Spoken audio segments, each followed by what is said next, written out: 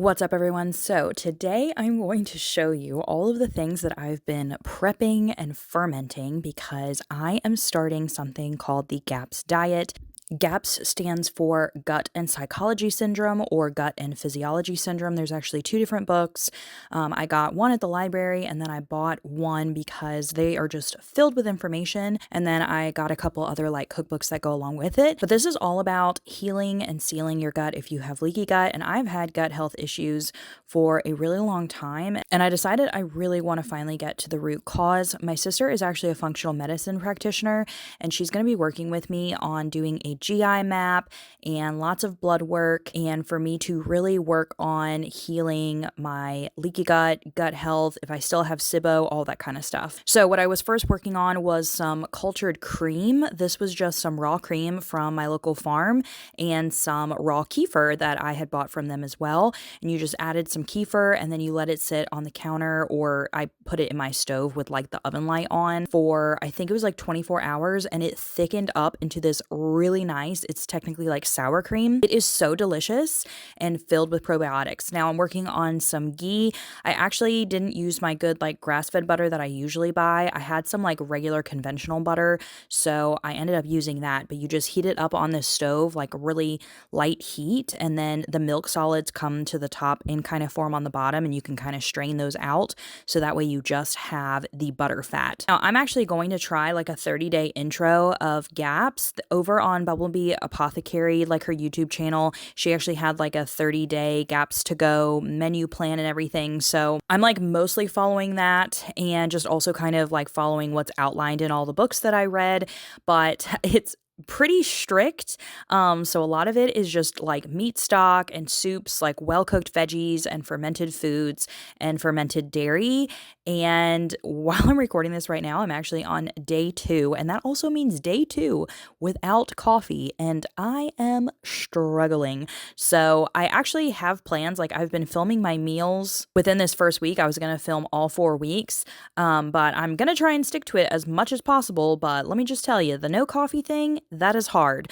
So the other things that I was working on in these clips, I was making a fermented garlic. So it literally is just garlic, salt, and filtered water.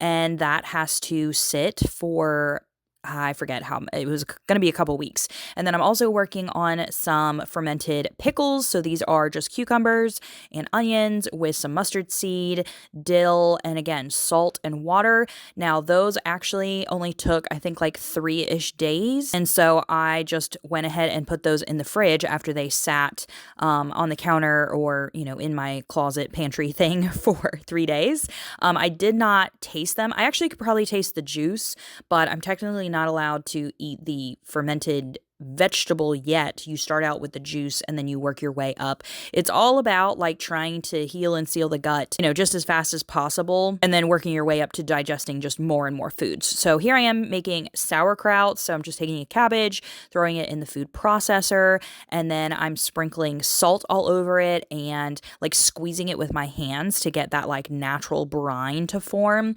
I'm kind of doing 2 different things with it. I put sauerkraut in a jar packed, so that way that is sauerkraut. And then there was a recipe called kraut juice, because again, those first couple weeks you're just using the juice of the fermented veggies, which is still filled with probiotics, but then that way it doesn't have all the fiber in it at the moment, because you slowly build up to having more and more fiber. And so my big jar has some cabbage in it and then mostly salted water in order for to have the kraut juice, and then the other one is just a jar of sauerkraut. I had my little corner of all my ferments, and then I ended up I have actual fermentation lids, and so I ended up putting those on them and putting them in the closet, so that way they were out of the sunlight. Now I'm working on some chicken stock. This is actually the first chicken soup thing. So a lot of what you're eating is soups and stews within the first week or so. So I'm using a whole chicken because you don't want it to be bone broth. You want it to be meat stock. So you do want to have bones and cartilage and meat and everything. So I'm doing filtered water. I'm doing some carrots and onions and peppercorns. And I think I threw bay leaves. And then I think I also did apple cider vinegar and then salt. And this you cooked for like 2 to 3 hours. And I went ahead and divided it up so that way I had the broth, because you want to drink broth on the side like throughout the day. And then you can eat the carrots and the chicken just whenever. I was just prepping this ahead of time. So this was actually the day before I started, because this is literally what I ate for breakfast, like soup for breakfast. So anyway, that was a prep that I was doing. Then I started making kombucha. I actually used to make this way back in the day. Like when Alvin and I first got married, I was pretty crunchy at that time period. I feel like I have my ebbs and flows of just how crunchy and how health conscious I am. But I had to buy a kombucha starter, like a SCOBY, because I obviously don't have mine from back in the day. But I brewed some black tea, and then I guess I lost the footage, but I added a cup of sugar to the tea while it was hot. And then I waited for the tea to cool off, and I added filtered water and then the SCOBY and the SCOBY juice to it. And then that has to sit on the counter for, I think, also a couple weeks, like 9 days. So a lot of the stuff isn't going to be ready until later on. Now I am soaking some pecans so that way I can make sprouted nuts, or what they call crispy nuts. So you soak them in water and salt for 7 hours. And then this is the next day. I put them in the oven, and you want to have them dehydrate like for a long period of time. I think they say around 24 hours, but we'll see how mine are, because they're actually in the oven right now.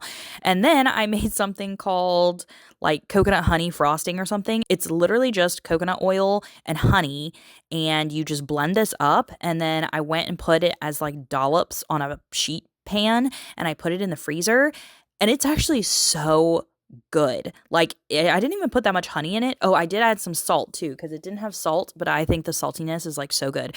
But anyway, these in the freezer, they're chewy, and I just absolutely love them as like a sweet treat. They're just so good. Or if I am just feeling like I need, like, you know, a little bit of oomph for fat. And then I am working on some homemade kefir, which I've actually never made before. So this is the first time I purchased kefir grains, and I put those in a jar with just like a cup or so of milk.